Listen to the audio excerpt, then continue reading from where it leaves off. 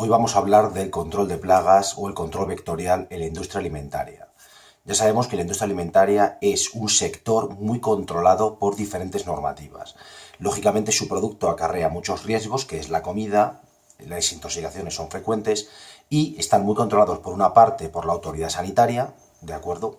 Y por otra está controlado por normas internas, normas ISO, por ejemplo la 22000-2005 sobre trazabilidad alimentaria, o normas internacionales que se utilizan para homologar métodos de producción entre productores de diferentes países. Por ejemplo, normas BRC o IFS, que se utilizan básicamente para que si una persona vende un ingrediente, un producto, etcétera, a otro industrial en países cercanos o lejanos, tenga claro que en la elaboración de ese material se ha respetado las mismas normas que él mismo utiliza dentro de su fábrica. De esa manera no se rompe la calidad, o sea, se mantiene la calidad, ya que todo proceso industrial alimentario utiliza ingredientes y utiliza, bueno, pues toda clase de productos procedentes de otras fábricas, de manera que se homologa con este tipo de normas. ¿Por qué digo esto? Porque tenemos que tener muy claro en qué contexto nos estamos moviendo, en qué contexto de presión legislativa, de presión también estatal en cuanto a las inspecciones, para ejercer nuestra actividad en este sector. Tenemos que intentar, en la medida posible, no molestar y sobre todo adaptarnos a ese tipo de control, ¿de acuerdo? Cuando tenemos encima a un director de calidad que nos persigue constantemente, tenemos que tener en cuenta que esa persona a su vez está siendo objeto de presiones muy variadas. Vamos a ver, lo primero que tenemos que hacer, vamos a contar el proceso desde la captación del cliente hasta la elaboración del programa de tratamiento y la ejecución del mismo. Empezamos por la captación, es decir, el momento en que se ha presentado, no un presupuesto, hemos ofrecido nuestros servicios, tenemos que ver la fábrica. O sea, esto no es un sector que permita hacer ofertas estándares, ofertas tipo plantilla, en absoluto. Tenemos que ver siempre las instalaciones. Para ello tenemos que concertar una cita, bien con el responsable de mantenimiento, bien con el responsable de calidad, y ahí tenemos que obtener una información. Es decir, necesitamos ya documentación, incluso aunque no tengamos el cliente, solamente para plantearnos el presupuestarlo. ¿A qué me refiero con esto? Por ejemplo, me refiero a la obtención de los planos. Los planos son fundamentales. Cuando hablamos de fábricas necesitamos planos, además en ficheros informáticos, además en formato vectorial, en CAD o en PDF. ¿Para qué? Para poder hacer ampliaciones de cada una de las zonas. Estamos hablando de fábricas que generalmente tienen unas dimensiones tales que un plano general es demasiado grande, habría que imprimirlo en DIN A0 y sería totalmente inmanejable. Aparte, nosotros funcionaremos con capas. Es decir, una vez que ese plano en el futuro, que luego lo contamos, si captamos el cliente, lo rotulamos, etc., necesitamos diferentes capas de información con respecto a las plagas que vayamos controlando. De manera que necesitamos los planos informáticamente en formato vectorial. Eso es lo primero. Es decir, para empezar a hablar con ellos, necesitamos eso. Y además necesitamos tenerlo incluso antes de la primera visita guiada.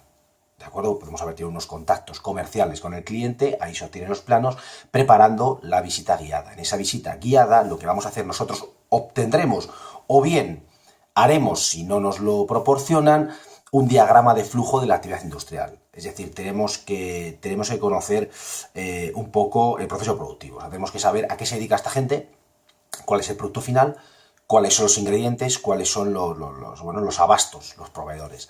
Tenemos que saber por dónde entra la materia orgánica, tenemos que saber en qué fase está en cada una de las zonas de la fábrica. Es decir, por ejemplo, si es una cárnica, tenemos que saber dónde hay carne abierta, dónde hay carne al corte, dónde tenemos, por ejemplo, grasa, dónde tenemos fluidos. Si es una galletera, por ejemplo, que se diga panificadoras, tenemos que saber dónde hay harinas, tenemos que saber dónde tenemos masa madre, tenemos que saber dónde tenemos desmoldadoras, tenemos que saber dónde están las batidoras, tenemos que saber dónde están, bueno, pues cada una de las máquinas y sobre todo desde el punto de vista de cuán expuesta está la materia orgánica, o sea, cuán poco embalada está, cuán hidratada está, cuán susceptible es de atraer plagas por la atracción olfativa, o bien cuán proclive es a la putrefacción, que eso tiene mucho que ver con el grado de hidratación y con el grado de embalaje.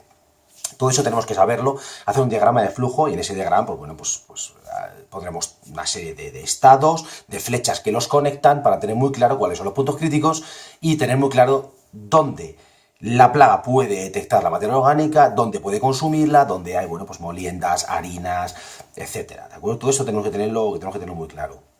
Posteriormente hacemos el diagnóstico de situación inicial, que tiene básicamente dos fases muy distintas. Es decir, por una parte tenemos que diagnosticar la estructura, la instalación, mucho antes que las plagas. Es decir, nosotros tenemos que ir, ante todo, a diagnosticar cómo de hermético, o sea, la hermeticidad de ese inmueble.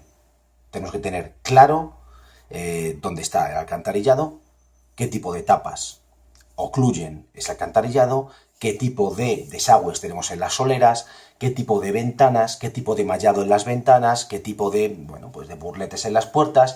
Tenemos que saber dónde hay huecos, dónde hay alicatados rotos, dónde tenemos toda clase de salidas de patinillos, pasamuros verticales u horizontales entre las diferentes estancias de la fábrica. Tenemos que tener claro dónde hay bajos de máquinas inaccesibles, máquinas que pesan mucho, que no se puede levantar. Tenemos que tener claro dónde hay puertas automáticas en los muelles, los horarios de apertura de las mismas, etcétera. Tenemos que diagnosticar cuán capaz es ese inmueble por sí mismo de contener las plagas fuera, ¿de acuerdo? De impedir el paso de las plagas al interior. Eso es lo primero, y es bastante complicado porque requiere una visita lenta, hacer muchas fotos, tomar muchas notas, etcétera. Eso es más importante y anterior que diagnosticar si hay o no hay plagas, porque de hecho es probable que el diagnóstico de presencia de plagas no podamos hacerlo previo al presupuesto, porque requeriría trampear, requeriría implantar una infraestructura de monitorización. A veces se hace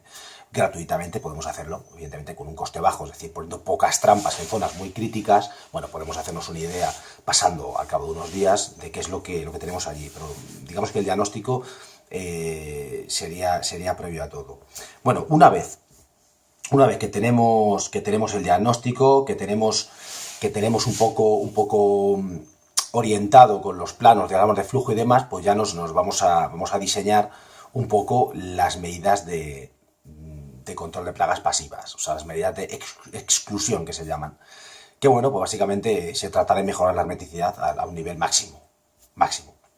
Estamos hablando de desde tapar huecos en la fachada exterior para que las avispas no pongan nidos, hasta evitar el paso de pájaros por huecos en los aleros de los tejados o de los plegados de las chapas de los techos de las naves, hasta evidentemente burletes, rejillas, mallas, etcétera, que bueno, eso es la parte, digamos, entre comillas fácil. También la eliminación de zonas húmedas, también la iluminación de zonas oscuras, también bueno, el evitar que haya zonas de bajo tránsito. Es decir, hay que incluso a veces recomendar que se cambien de sitio determinados almacenes, o digamos que se cambie el uso, más bien, de determinadas estancias, para que no se queden mucho tiempo sin transitar, porque muchas veces el propio tránsito de personas es un factor limitante de las plagas, sobre todo cuando hablamos, por ejemplo, de zonas donde los roedores crían, que son muy sensibles a los ruidos cuando están, por ejemplo, con camadas. Por ejemplo, ¿no? ese tipo de cosas. También estamos hablando de control de IPAs, de insectos de los productos almacenados. Por ejemplo, con el tema de aspirado de harinas, de moliendas. Eso es muy importante. Aparte que puede generar atmósferas explosivas, es importante de cara a Plodia, Hephaestia, a este tipo de lepidópteros que, bueno, que tienen fases larvarias que consumen harinas. Eso es bastante importante. A partir de ahí, una vez que tengamos esas medidas de desrodentización pasiva, desinsectación pasiva, con roedores es más fácil, evidentemente, porque se basa en mallar arquetas, se basa también en tapar probablemente con algún tipo de árido, huecos, y sobre todo, muy por encima de eso, el controlar qué desagües tienen sifones, o sea, tienen una S inundada permanentemente, para evitar que accedan al interior. A partir de ahí, ya empezamos a establecer nuestro plan de control. En industria alimentaria hay un método que viene a converger en todas las empresas, así como se suele hacer, ¿no? Que es el método de los 3 perímetros, que básicamente se trata de establecer 3 círculos, no tiene por qué tener forma circular, pero bueno, es una manera de hablar, alrededor de la fábrica, ¿no? El primero sería el recinto, es decir, el terreno. Ese iría sobre la alambrada o el muro exterior. No el del inmueble, el de la nave, no. El del recinto donde se sitúe la nave, el del terreno. Pues ese sería el primer perímetro. El segundo perímetro estaría en la fachada exterior de la nave. ¿De acuerdo? Y el tercer perímetro estaría en el interior de la nave. En la fachada interior de la nave, o sea, en el interior del perímetro de la nave.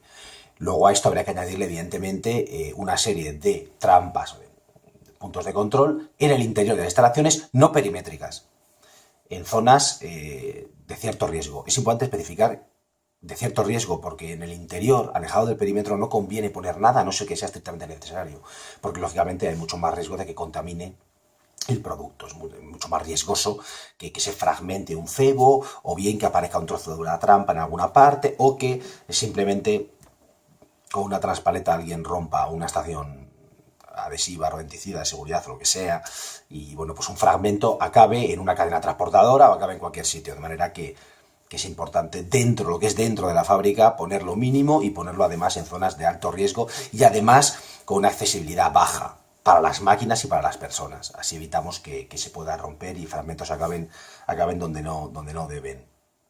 ¿Qué tipo de estaciones ponemos? Pues bueno, siempre de seguridad, obviamente, los 3 perímetros de seguridad. O sea, aquí todo va a ser con cerradura, eso está claro. Tenemos además que tener en cuenta que esas estaciones no vale con dejarlas en un lugar, ¿no? Tenemos que hacer varias cosas antes de dejarlas en ese lugar. Lo primero, tenemos que anclarlas. Tienen que estar ancladas. Eso está contemplado en ese tipo de normas. De forma que podemos anclar o bien con un tornillo al suelo o a una pared, cosa que es poco recomendable, a no ser que tengamos un sistema de bueno, pues de liberación rápida, que hay modelos que digamos que una pieza queda fija al suelo o a la pared y el portacebo o bien la trampa adhesiva de placa o lo que sea, queda fijo y se saca y se pone con facilidad. No lo recomiendo. Es mucho mejor utilizar un sistema de cable, o sea, utilizar el cable del que se utiliza para instalar redes de control de palomas, que es un cable de acero fino de 1 milímetro, 0,7 milímetros creo que es, que viene revestido con una capa transparente de plástico, prácticamente no se ve, así evitamos que se oxide. Y bueno, pues atarlo a un anclaje que sí sería un tornillo, que va a suelo o a pared, y bueno, el otro cabo, dejando a lo mejor 25 centímetros, 30 centímetros de cable, iría hacia la estación. ¿Por qué queda como suelta y por qué este margen?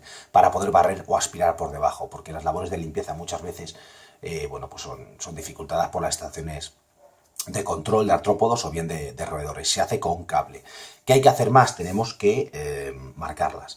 Marcar, identificar exteriormente la estación. Hay que identificarla interiormente para saber si se ha revisado. Hay gente que pone pegatinas dentro en que los aplicadores apuntan a mano dentro de un cuadrito, una pegatina con una tablita, las fechas de revisión. Luego comentaremos las consecuencias de cada uno de los sistemas. Hay gente que utiliza códigos QR, hay gente que utiliza códigos de barras. Hay diferentes variantes al respecto. En cualquier caso, tiene que estar identificada por fuera, pero además de eso, tiene que estar identificada en un cartel. Es decir, tiene que haber un cartel fijo a una pared, cercano o a una fachada. Todo esto es importante y lo digo porque este sector es muy intensivo en mano de obra y además mucho menos en el uso de químicos, pero también puede tener costes importantes, sobre todo en tiempo. Es decir, hacer la implantación, es decir, colocar la infraestructura de monitorización en una fábrica puede ser bastante largo. Puede ser muchas horas y muchos días. Porque lógicamente si estamos anclando cada uno de ellos, estamos con el taladro, no digamos ya si no llevamos un taladro inalámbrico, si tenemos un taladro de cable, estamos ya pues más fastidiados. Si además en el exterior a lo mejor tenemos que anclarlo a la valla, tenemos que estar con bridas, cogiendo carteles, hay que tener carteles de plástico de la manera que sea, carteles que aguanten la intemperie. Es decir, a lo mejor en el interior podemos solventar el problema con unas pegatinas y apuntando con rotulador un número de estación, pero evidentemente eso no vamos a poder hacerlo en el exterior porque llueve.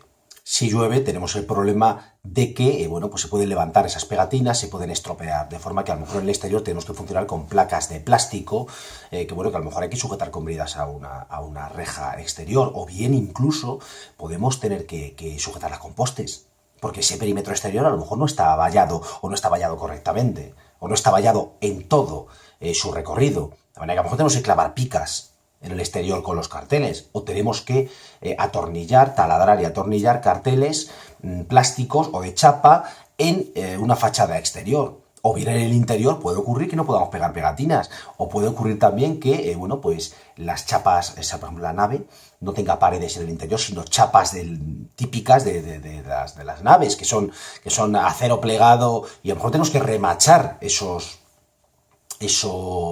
carteles.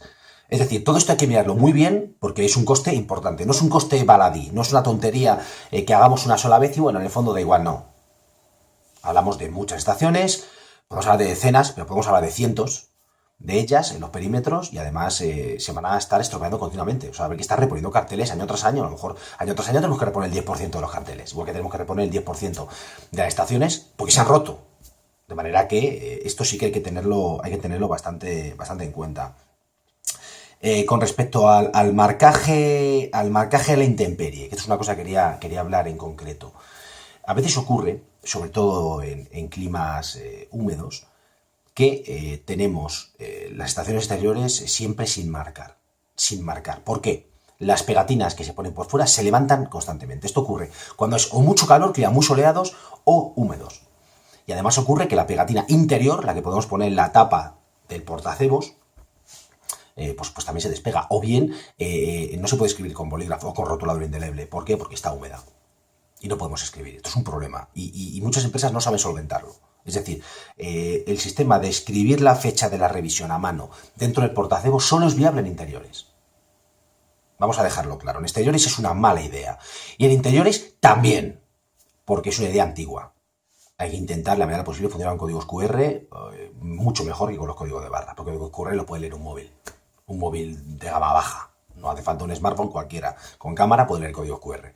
Y es mucho mejor porque con el código QR, hombre, si lo que se puede hacer con una aplicación, evidentemente, para saber en qué hora el aplicador ha abierto cada una de las estaciones, pero si no queremos llegar a eso, podemos dejarlo simplemente en registrar la visita. Registrar la visita.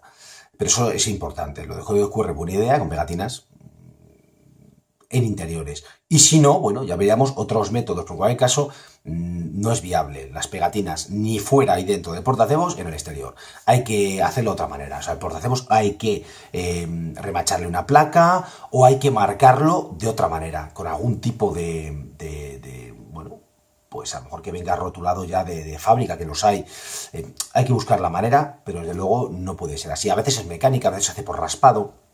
Bueno, hay por grabado también lo he visto, pero en cualquier caso no, con pegatina no es viable. Se puede hacer con pintura, también hay pinturas que se aguantan en el exterior, aunque bueno, el acabado no queda tan bien. A veces se hace también con plantillas y con spray, una plantilla recortada en cartón y con spray con el número. Esos son métodos mucho mejores, desde luego, que hacerlo con pegatinas. En cuanto al anclaje, bueno, ya hemos dicho que acero y demás.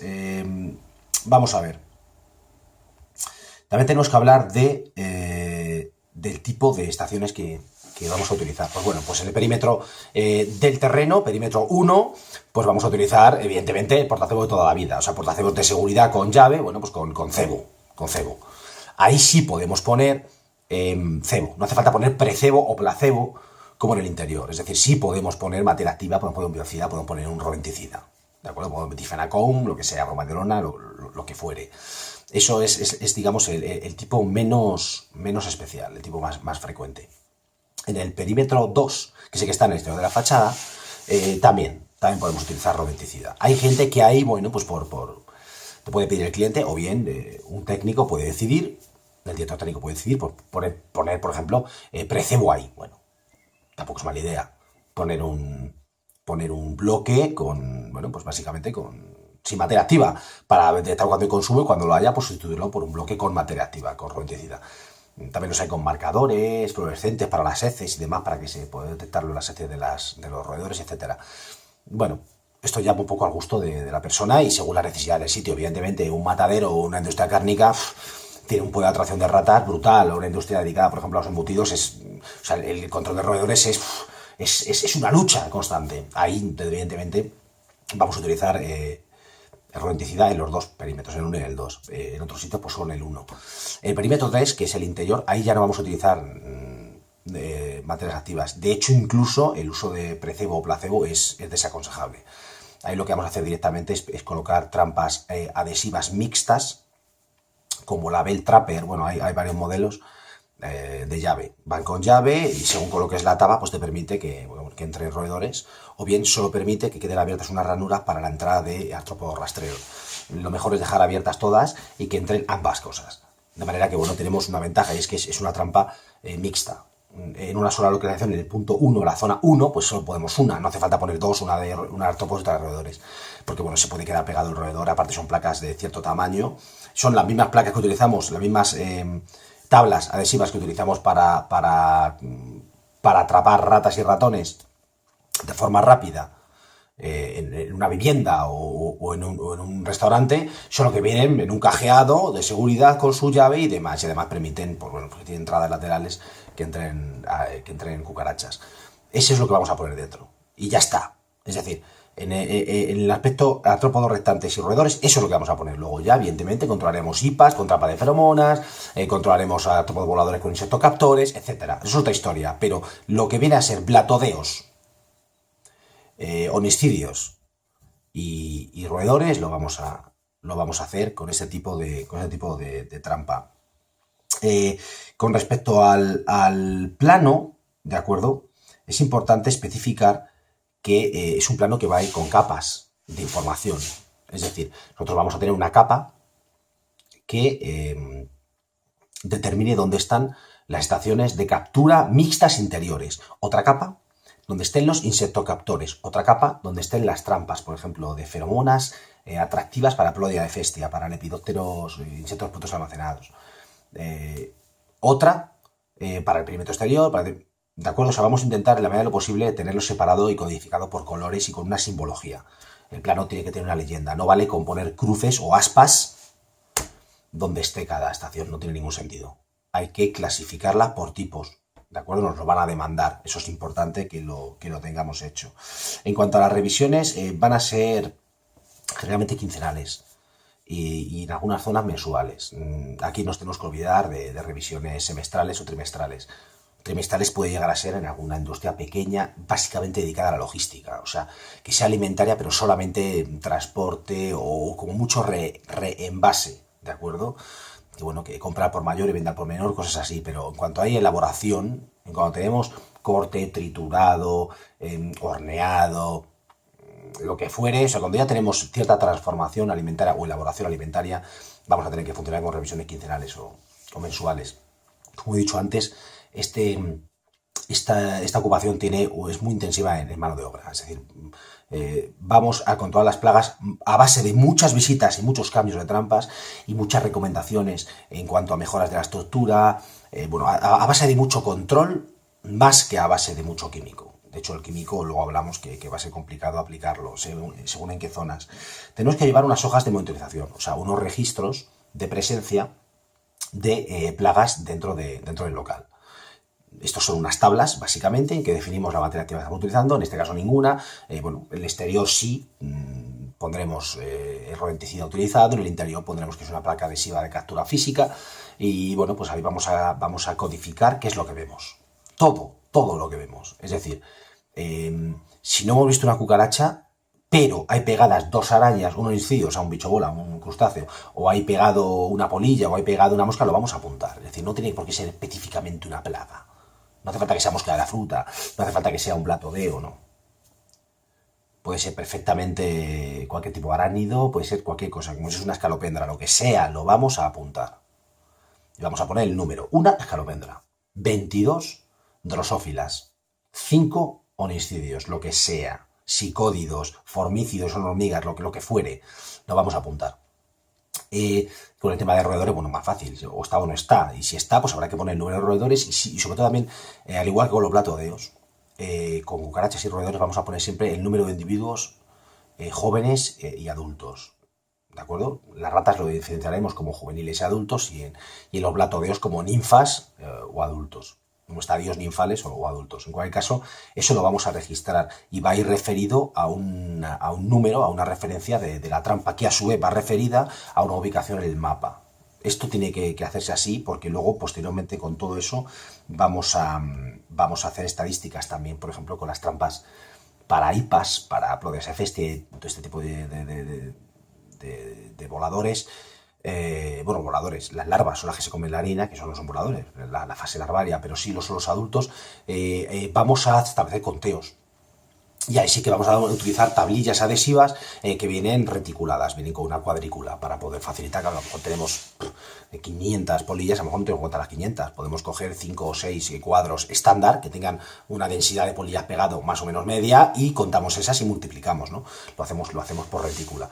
Todo eso va a ir a las hojas de monitorización, porque a fin de cuentas el cliente nos va a pedir una serie de estadísticas en cuanto a la evolución de las plagas dentro de sus instalaciones. O sea, nos va a pedir una evolución numérica y una evolución de distribución espacial. Dónde andan y cómo evolucionan, porque muchas veces lo que ocurre es que encontramos las plagas en una zona y se trasladan a otra o logran proliferar en otra, porque bueno, a lo mejor ha habido un cambio en cuanto a la metodología productiva de la fábrica o en cuanto a las ubicaciones de algunas máquinas, almacenes, etcétera, o bien la entrada de abastos, de insumos, ha cambiado, pues los horarios, ha cambiado la zona, ha cambiado lo que sea. Muchas veces cambia un proveedor y te cambia el tipo de camión que te viene, el tipo de plagas que te trae, o las horas a las que descarga, bueno, hay que tener en cuenta todos estos detalles porque está continuamente evolucionando, de manera que nuestro programa de control tiene que evolucionar. Esto es muy importante. Al margen ya evidentemente de cosas básicas, como que hay que documentar quién es el director técnico, hay que documentar la formación de los aplicadores, hay que documentar los productos utilizados, con las fichas de seguridad, las hojas técnicas, los registros sanitarios. Eso huelga decirlo, eso no tiene ningún sentido contarlo, porque aquí, bueno, como en todos los demás sitios. Es importante explicar que hay que justificar el uso de biocidas. Es decir, cuando tenemos un biocida, plaguicida, que está autorizado para el uso en la industria alimentaria, eso no significa que podamos usarlo cuando y donde a nosotros nos dé la gana, no. Significa que es posible utilizarlo en la industria alimentaria. Pero claro, cuidado, porque hay que ver dónde, cuándo, en presencia de quién, en presencia de qué, en presencia de qué máquinas, en presencia de qué productos o de qué, digamos, materiales o alimentos y en presencia es que son muchos detalles, hay que verlo muy bien eso. ¿Por qué? Porque tenemos que justificarlo, es decir, tenemos que demostrar que hace falta. No se aplica de forma preventiva, se aplica de forma correctiva, siempre en la industria alimentaria. Menos en el perímetro 1, que está en el recinto, que está estrictamente fuera de la industria, y a veces en el perímetro 2 con respecto a los roedores. También a veces permiten dentro del recinto pues utilizar rodenticida en las alcantarillas, de forma preventiva. Pero cuando estamos en el interior de fábrica, todo es correctivo. Es decir, la fase preventiva empieza y termina con la mejora permanente de la exclusión mecánica. Y preventivo se puede considerar los aparatos de captura física sectocaptores y demás, todo lo que sea captura física o atracción física, ultravioleta y demás, se puede considerar preventivo, pero lo demás era correctivo. Es decir, solo utilicemos un biocida cuando tengamos un foco de infestación, que solo podamos solucionar utilizando ese biocida. Tendremos que hacer un informe al respecto y justificarlo. O sea, ese episodio fechado y localizado, ese tratamiento localizado en la zona tal, en la fecha tal, tendrá que estar justificado con un informe por parte del director técnico explicando por qué es absolutamente necesario utilizar ese producto en esa zona y en ese momento, horario, etcétera, y con esa técnica de aplicación, asperjador y pulverización, lo que fuere. Todo eso hay que justificarlo adecuadamente. No tenemos carta blanca solo porque nuestros productos tengan el registro de la industria alimentaria. Esto no es así. Con respecto al control de artrópodos voladores, es decir, de insectos voladores, vamos a establecer un plan que va más allá simplemente de recomendar dónde deben ir los aparatos de atracción ultravioleta. Tenemos que eliminar de la fábrica, por supuesto, todos los aparatos de electrocución, insectocutores, aquellos que están dotados de una parrilla cargada eléctricamente que quema, electrocuta a los insectos. Esto solo podríamos dejarlo en algún muelle de carga en el cual todo el producto esté embalado, esté paletizado y filmado, o sea, con una capa de plástico por encima. Pero en el resto de la fábrica, en que ya haya producto abierto, no puede haber este tipo de aparato. Tiene que ser también de atracción ultravioleta, pero de captura adhesiva con tabla adhesiva. Insectocaptores, ¿de acuerdo? Que es otro tipo. Siempre vamos a utilizar tablas adhesivas reticuladas, es decir, con cuadrícula, para establecer conteos. hay hojas de monitorización específicas para los insectos voladores, de manera que vamos a hacer siempre conteos y vamos a establecer una estadística a lo largo del tiempo referida a una ubicación en concreto. Somos nosotros los que determinamos dónde van los aparatos, el número total. Somos nosotros los que determinamos el número de tubos ultravioleta y la potencia en vatios de los mismos para establecer la cobertura en metros cúbicos que queremos cubrir. También somos nosotros que vamos a revisarlo. Vamos a hacerlo mínimo mensualmente. Igual que, por ejemplo, en hostelería y restauración o en catering se puede hacer bimensualmente dentro de una fábrica de industria alimentaria, vamos a hacerlo mensualmente o quincenalmente según la zona. Somos nosotros quienes vamos a hacerlo. También vamos a cambiar anualmente los tubos ultravioleta de todos los aparatos, aunque funcionen, porque baja su emisión. Aunque nosotros lo podemos ver violeta, realmente lo que atrae es el espectro ultravioleta, que es invisible, de manera que un tubo que se enciende y que parece, ante la vista humana, que funciona perfectamente, a la vista de un insecto puede ser menos atractivo según pasa el tiempo.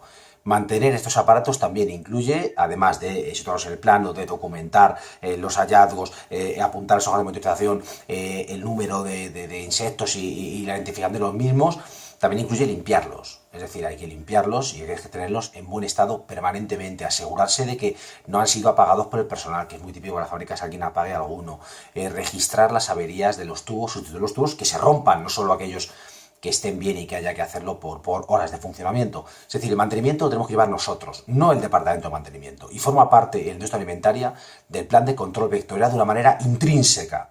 Esto no es como en otros sectores en los cuales el cliente tiene el aparato y a veces lo mantienes tú como empresa de control vectorial y a veces no. No, en este caso el plan de control de insectos voladores los llevamos nosotros y tiene que estar inserto en el plan general, ¿de acuerdo? Y además tiene que revisarse al igual que el resto del plan director.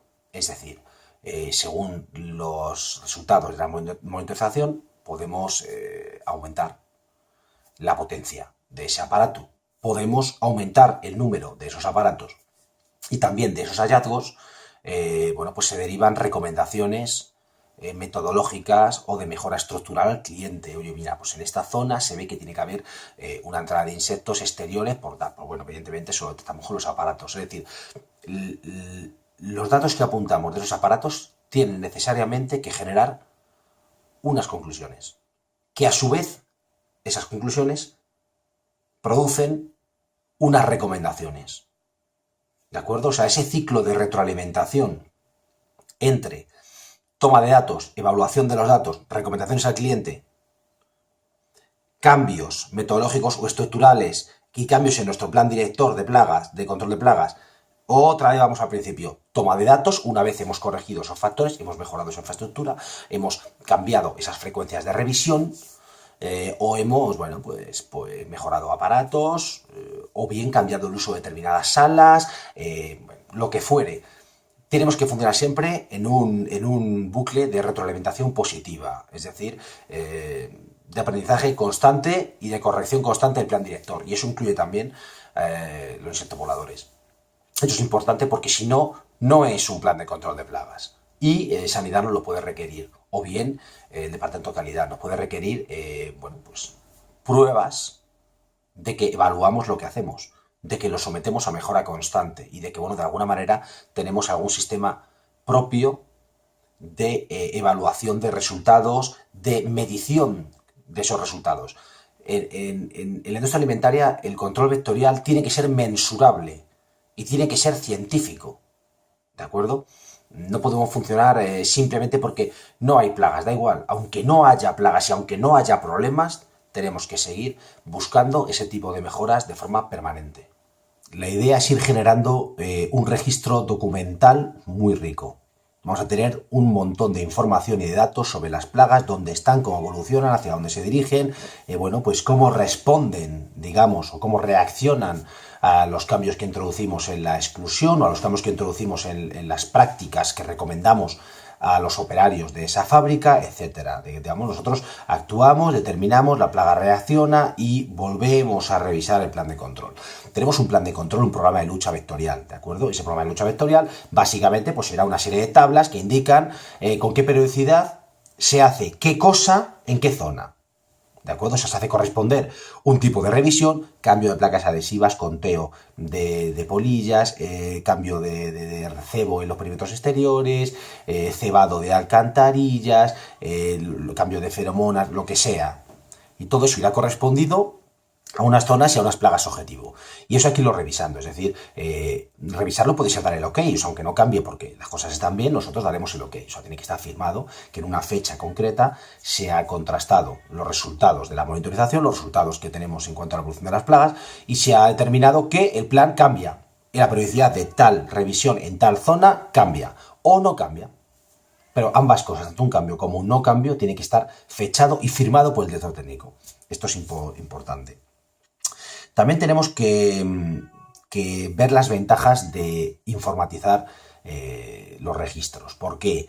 Porque si no vamos a estar continuamente asediados por llamadas del departamento de calidad pidiéndonos tal hoja que falta, tal certificado de tratamiento que falta, tal hoja técnica, ficha técnica, el registro sanitario de un producto que falta, etcétera. O incluso el modelo de máscara que utilizó el aplicador tal para ver si era para vapores orgánicos o era para lo que sea, según la aplicación que hemos hecho, pues nos pueden pedir un montón de cosas y tenemos que ser un poco inteligentes y anticiparnos a ello. Aparte, el cliente se va a sentir mejor atendido. ¿Qué recomiendo?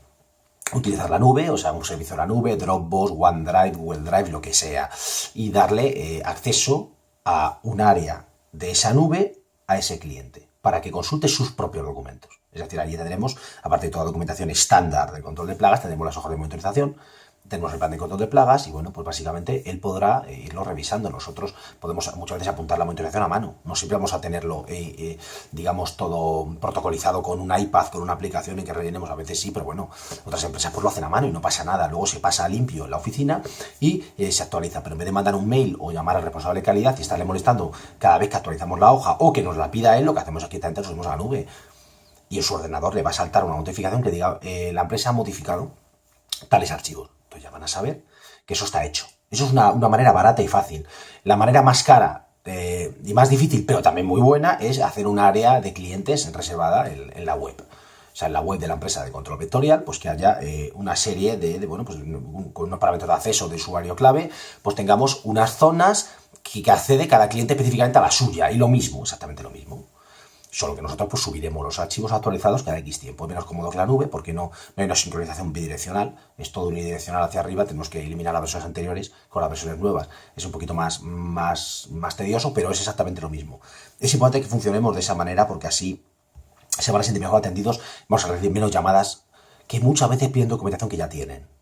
¿De acuerdo? Porque se pierde mucha documentación. Esta gente maneja muchísima documentación y también pensemos que nosotros somos un factor más en un mar de problemas que tiene un director de calidad, un departamento de calidad. Nosotros somos pues una cosa pequeña, ellos están a muchas más cosas. Tienen que estar monitorizando el producto, trazándolo continuamente, etiquetándolo. Tienen que estar, tiene un oficio complejo, de manera que vamos a intentar la medida posible facilitarles la vida, porque eso afectará mucho a nuestras relaciones en la fábrica.